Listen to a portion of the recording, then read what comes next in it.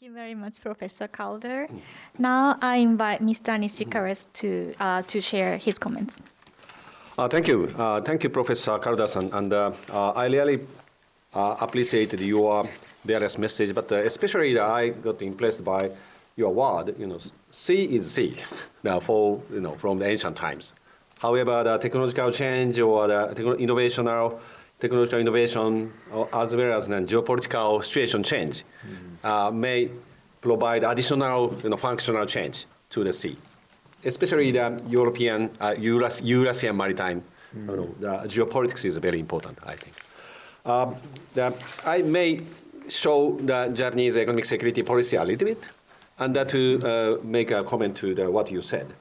The Japanese economic security policy is focusing on to strengthen Japanese economic and technological power to do some things.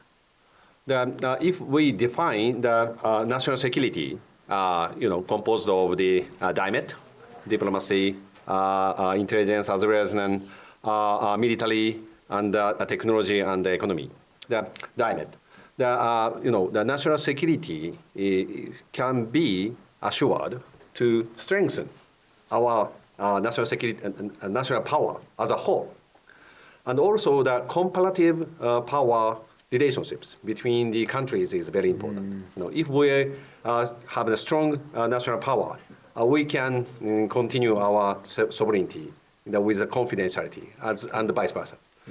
And in Japan case, throughout the 20 centuries after the World War II, we have invested a lot to strengthen our economic power and technological power to strengthen our national power. So therefore, at the end of the 20th centuries, maybe Professor Calder-san wrote your first report about Japan. It was then roughly 40 years or something like that. At that time, Japan was very strong about technologies or the industrial power to do some things.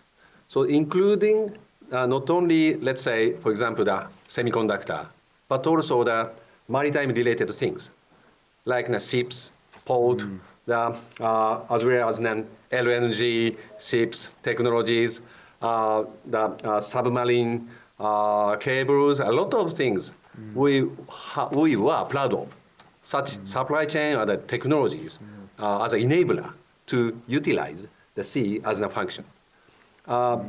Same as true for the U.S., especially at the middle of up to maybe the middle of the 20th centuries. And the U.S. is declining such power throughout 20th century. And Japanese power with regard to to utilize sea declined as well in last 20 years, especially after the 21st century. So therefore, now we are very much interested in to strengthen the Japanese industrial or technological power to utilize the sea lane or the maritime things, everything. And it may be true for the US as well. And simultaneously, of course, in addition to the maritime technology, maritime supply chain, maritime infrastructure, also the AI and digital things, as well as critical mineral supply chain things. These three issues are very hot topic, at least in Tokyo. But as you pointed out, these three are very much interrelated. In order to utilize the AI, we need submarine cables. We have to put the various data centers all over the India Pacific as well. And also the AI utilize energy. Huge energy sources is necessary. So therefore, such energy should come from outside of Japan through the sea lane. Also the critical mineral as well. The critical mineral supply chain is very long. So therefore, and also the critical minerals, compared to the semiconductor or the tiny chips, that is heavy. So therefore, the ship transportation is very necessary. Therefore, the critical minerals and the sea lane is, we cannot separate it. So therefore, these three things, the maritime things, the AI things, or the critical mineral things, is very much interrelated. So therefore, I really appreciate your, books and your report, which encourage ourselves, the Japanese peoples or the world people, to see more about the maritime things at this stage. Mm-hmm. Maybe I had better stop here and to get back to the moderators to encourage more questions. Mm-hmm. Thank you. Thank you very much, Mr. Nishikawa. Professor Calder, would you like to respond to Mr. Nishikawa's comments? Yes, indeed. I listened with great interest, and I really agree with what Nishizawa-san has to say. In other words, this is a holistic complex of issues, and the sea is a critical element of something which is much larger, but also quite fundamental to the geoeconomic concerns of both Japan and the United States. The critical minerals are critical to the automobile industry, to the electronics industry, but they're related to the sea.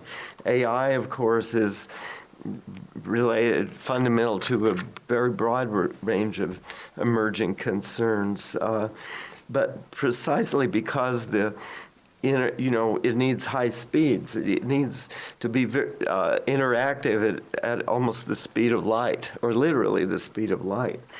And so if you're going to achieve that, it's both much more economical and it's also much faster to do it underneath the sea. Mm. Of course, we talk about the obviously aerospace and outer space is becoming much more important as well. But for the purposes of AI, there is a tremendous importance to the seas, just because of the need for rapid speed of communications. And then exactly as Nishizawa-san said, the energy demands are rising exponentially. That means things for probably nuclear power and many other forms of power, but certainly also imports, and for Japan particularly. And so once again, the sea lanes to the Gulf, the sea lanes down to Southeast Asia, the South China Sea, the Strait of Malacca, Indonesia. These things are they have been strategically important right across history, but there's a sea change powered exactly, as he said, by the revolutionary changes in technology that are making these issues really very urgent, it seems to me. And I would be surprised if we don't see these appearing on policy agendas around the world in the near future. Thank you. Thank you, Professor Calder. So we will now move on to the questions and answers session.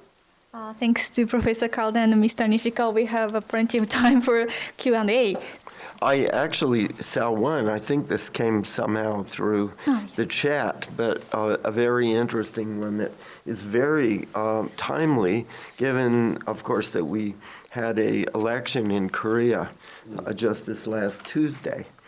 And not only that, but the new president of Korea was inaugurated yesterday. And I was reading this morning's Nihon Keizai Shimbun, and one issue, of course, related to the triangular relationship with Japan and the United States. And to my analysis anyway, not to characterize, of course, how those relations will evolve, but was extending a possibility of cooperation. And rather than characterizing what, say, the Korean president or any other country's policy might involve, let me just say that responding to this question, it was, as a Japanese who cannot forget the Nixon administration and the Tanaka Kakue cabinet of the 1970s, I'm concerned about the sufficiency of the Japan-U.S.-South Korea alliance as a deterrence to the high risk of a China-Russia-North Korea alliance in the security of the Far East. What should be done? Now it's an issue that is pretty heavily to the security side. We, in this particular forum, we want to focus more on the dual use or the economic side of this. But let me say that I think they're going forward to the extent, of course, that the countries can agree and the political relationship can be managed effectively. There are many areas of potential cooperation. Let me just point to some. Shipbuilding, it seems to me, is one. It might be icebreaker related, which of course ships are a hybrid system. They include a lot of electronics and precision machinery and high quality sosai sangyo raw materials and so on. So probably would be my guess, the ideal configuration probably could involve some combination among those countries. There could be some area possibly. That's one that at least I think would be worth exploring. The question of deterrence against status quo revision, in whether this is trilateral or whether this is bilateral, that I guess that's there. Industrial policy cooperation in terms of supply chains, just speaking as an individual, not implicating Métis or anybody else, but speaking as an American, it would seem to me that it could be on the supply chains issue that there could be some areas for cooperation. I do think, and I suppose we all share a belief too, that stable relations, at least on the human security side and political side, with major nations of the world, including China, a major global stakeholder, that those things are important. But of course, that doesn't preclude the discussion that the questioner is mentioning, as to the extent that relations among Russia, China, North Korea become tighter. Of course, that creates a challenge for other countries. And on the deterrence side, I guess one other issue I would highlight is strategic islands. I pointed to the second island chain in my discussion, places like Palau, which I think do have a rising strategic importance. That's mainly a bilateral U.S.-Japan issue, but to the extent that Korea can share broader security considerations, then it could be an issue for Korea as well. So that was one that I thought was interesting. I don't know, I see something on the, I think I see something on the chat here now. Say-san, shall I go? Do you want to read it, or do you want me to go ahead, or what? So I will read it first. Okay, good. So there is one question in the comment. Now Russia and China have taken over our idea of development the way, deep sea port, in order to dominate Myanmar and Indian sea power. We are so afraid at Myanmar sea power balance. How do you think Indian sea situation, USA and Japan commitment are so weak in this region? What do you think? Mm-hmm. Well, I think this is one thing about the seas that I think we have to remember. There's an awfully lot from land we really don't see and we don't experience. And also the undersea dimension is highly dynamic. I think historically, and too because of the particular technology that our two countries have, the undersea dimension, speaking for the United States, I think it's fair to say, the undersea dimension has been one of considerable strategic strength for the U.S., particularly the deep seas, and I would say particularly for the Indian Ocean, in ways that are not obvious maybe to the observer from the outside. I can understand how maybe if you're looking at this from Myanmar, it might be hard to see. For example, sensor devices, sonar, devices. I mentioned that the Andaman Islands and the Nicobar Islands, right at the mouth of the Strait of Malacca, are owned by India. And there's rather, without going into all of the details, at least the capability of a very sophisticated sensing of traffic, including both below the sea and above the sea, that passes through that particular area.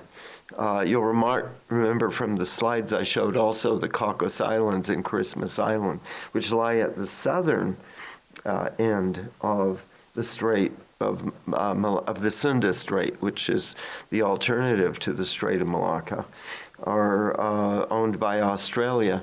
And Australia also has, cooperatively with the United States, very substantial capabilities to monitor.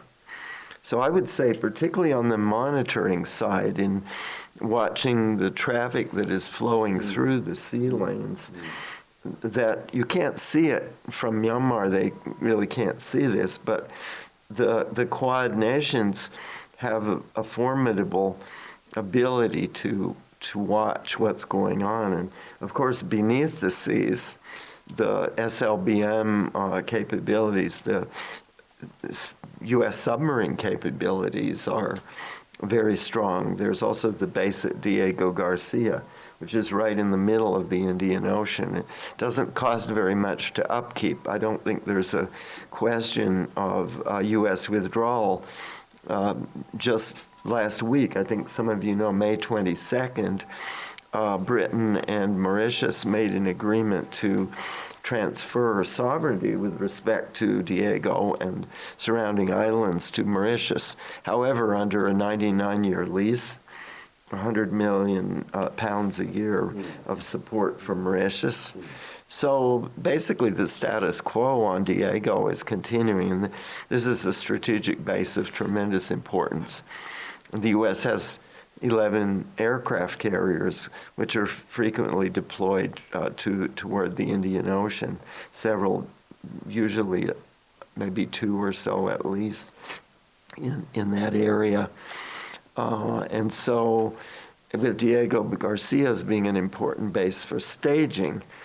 So it's true enough, maybe it looks, but I would say particularly if you go beyond the Strait of Malacca, if you're in the South China Sea itself, and I talk about this in my book, of course, China's capabilities to monitor. It also has a very sophisticated network of undersea monitoring and so on in the South China Sea, and it has built several islands whose presence is not recognized by the international community also in the South China Sea.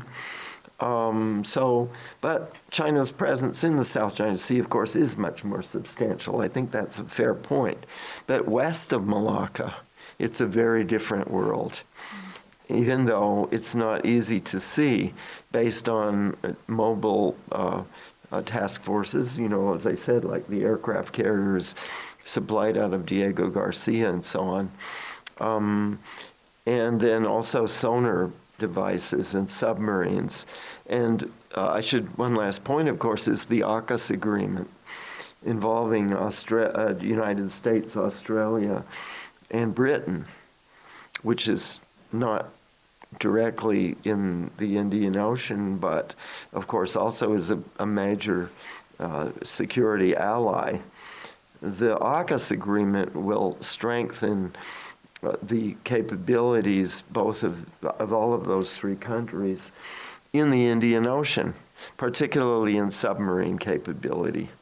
So I think it's fair to say that in the Indian Ocean, in particular, that the U.S. capabilities will continue, and of course we're well aware of Japanese support and Japanese involvement in various ways, and the importance for Japan of the Indian Ocean. Thank you very much.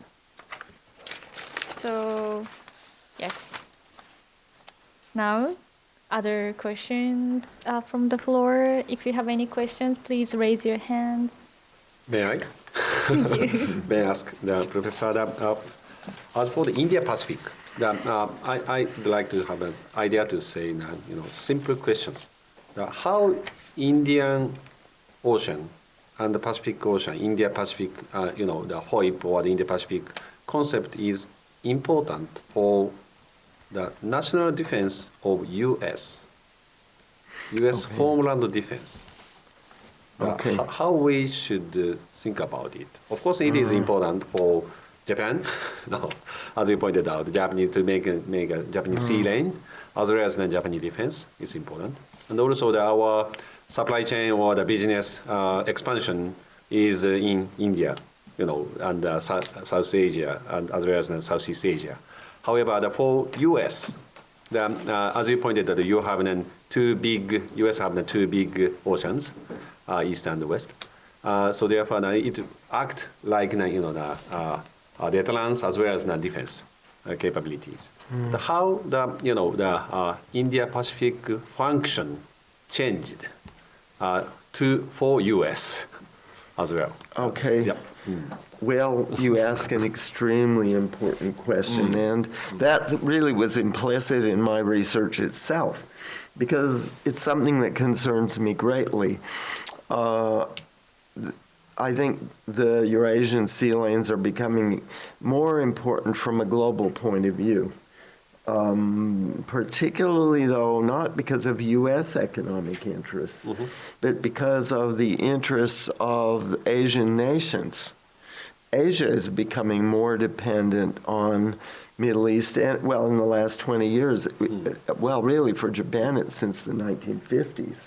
Japan was getting its energy out of Southeast Asia, mainly, but then from the 50s, after the Suez crisis, Japan began to import much more substantially from the Middle East. But the United States, actually, its dependence on the Gulf has been declining. So to your point, I think that does certainly raise the importance of this issue. Well, let me go, and I puzzled on this, and it was one of the reasons I wrote this book, because I think I just should make people aware. I want to make Americans aware it's fragile in a way. It's so important to our most important allies in the world. But the significance, the direct significance for the U.S. is somewhat less. Now, how did that evolve? What are America's stakes now? The rhetorical stake. We talk about Indo-Pacific all the time. Ever since President or Rex Tillerson, U.S. Secretary of State, started to talk about this under the first Trump administration, and we all hear Indo-Pacific instead of Asia-Pacific now. At the rhetorical level, there's no question. What about the substantive side? That's your question. Well, let me take first go back to why America became involved in the first place deeply with the Indian Ocean in the 50s. It was really the Brits. We relied on the British until Wilson's East of Suez policies, where he pulled Britain out of east of Singapore in the 1970s. So we said this is for Britain to take care of. As the world evolved in the 60s and the aerospace age began, the Indian Ocean, which is the third largest body of water in the world after the Indian Ocean or after the Pacific and the Atlantic, from a strategic point of view, in the nuclear age, in the Cold War, the aerospace age, became quite important. I guess I would have to say for the White House, as its view of the Indian Pacific evolved, it was really, and especially after the end of the Vietnam War and the rising crisis or deepening of the concerns about the Soviet Union, First, the Soviet Union began to develop a navy that got involved in the Indian Ocean. Soviet Union had good relations with India. And from the nuclear strategy point of view, as nuclear submarines began to evolve, the triad of the American deterrent, the most invulnerable part of the American deterrent is under the sea. Of course, we often don't talk about that, but the nuclear submarines that just stay for months on end under the sea, 3 big bodies of water. Well, the one that's directly south of the Soviet Union is the Indian Ocean. And the Indian Ocean also, we can remember that Korean airline plane that, or Malaysian airline that just flew out into nowhere, and we never found it. The Indian Ocean, in many ways, is the least explored and the least monitored, including from a defense point of view, all except for the entrances. I mentioned earlier the Strait of Malacca, the sensing devices around the entrance and exits to the Indian Ocean.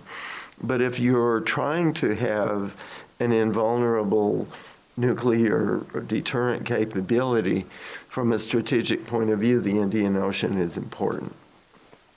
So that, I feel certain. And then the possibility as the Soviet Union in the 1980s began to develop its own naval capability, that the Soviets might challenge or they might monitor what it was that the United States was doing. So there's that. There is a dimension that caused the U.S., especially in the Reagan years, to become concerned from a security point of view about the Indian Ocean, which I think is really what began to create, Diego Garcia, for example, was decided after the end of the Vietnam War, and it began to become a major strategic base in the 80s. Also, of course, the U.S. involvement with the Middle East.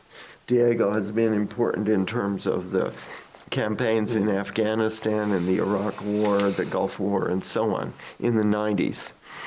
And so to the extent that the United States is concerned about the Gulf, that's true. Of course, this was a strategic issue, and it was an issue of Israel, which has great importance in American politics. Now, the change that's occurred, really, I think, the energy reliance on the Gulf has declined. Israel's capabilities have risen, as we can see from the so-called axis of resistance. The Iranians, their capabilities in Lebanon, their capabilities in Gaza, their capabilities down in Yemen has been greatly reduced. Israel is much stronger than it was. And so, in terms of the protection of Israel, to the extent that that's a strategic concern for the U.S., I think that has somewhat changed. So it's fair to say, at least I think, that the strategic equation, some of this hinges on how you look at the relationships with China and the Soviet Union and so on, but probably the importance of the Indian Ocean has not increased, certainly since the 80s, and may have declined. It's a function of American globalism. It's a function of whether the United States, for important reasons, global reasons, including the security of its allies, is concerned about that part of the world. So it's not that, I guess that on the other side of the coin, the one thing I should add is the rising importance of India, I think, and other allies, probably including Australia. As I said, the AUKUS agreement, for example, on nuclear submarines and so on, involves Australia in a key role. And India, of course, Vice President Vance visited recently. I think it's fair that American and the number of Indian Americans are now the largest Asian ethnic group in the United States and important politically. So India's importance is rising. So it's probably too much to say in response to your very important question. It hasn't disappeared, the importance of the Indian Ocean and so on for the U.S., but I think we can say that it's more important, relatively speaking, for both Japan and China than it is for the U.S. Mm-hmm. Unless the U.S. wants to be a preeminent global power. Mm-hmm. That, whether the U.S. wants to fill that role, affects greatly the importance of the Indian Ocean. And I mean, personally, I do hope America has to remain a global power. But if it doesn't, then the Indian Ocean's importance would decline. Thank you. Thank you very much. Is there any questions from the floor? Okay. So maybe now it's 1:14. So maybe now it's time to close the seminar. Thank you very much, Professor Calder and Mr. Nishikawa. Thank you very much for your participation in our BBL seminar today. Thank you very much. Thank you.